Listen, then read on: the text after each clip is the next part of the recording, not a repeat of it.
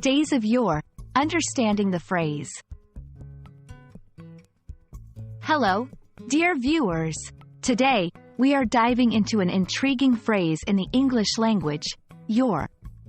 If you've ever wondered about its meaning, origin, and how to use it, you're in the right place. Let's get started. Yore is a noun that refers to times long past. It's often used in the context of nostalgia or reminiscence. For example, when someone talks about the days of yore, they're referring to a time long ago, often with a sense of fondness or admiration. The word yore can be traced back to Old English. It evolved from the word gira, which means of old or long ago. Over time, as language evolved, it became the word we know today as yore. It's interesting to note that even though the word has ancient origins, it's still used in modern English, especially in poetry or literature, to give a sense of antiquity. Understanding a word or phrase is often easier when you see it in context. Here are some examples.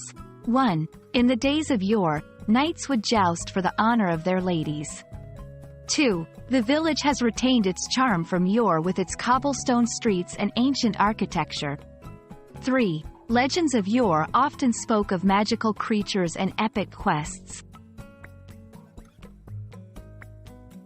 It's easy to confuse yore with other words due to its unusual sound. Here are some clarifications. Yore versus yore refers to times long past, while yore is a possessive pronoun. Yore is not commonly used in everyday conversation. It's more frequently seen in literary contexts or when someone wants to sound poetic or old-fashioned. It's typically paired with words like days, times, or legends, as in Days of Yore or Legends of Yore. And there you have it. The phrase yore is a beautiful nod to the past, evoking images of times long gone. We hope this video has shed light on its meaning and usage.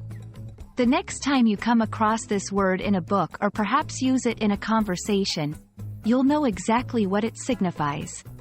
Happy learning!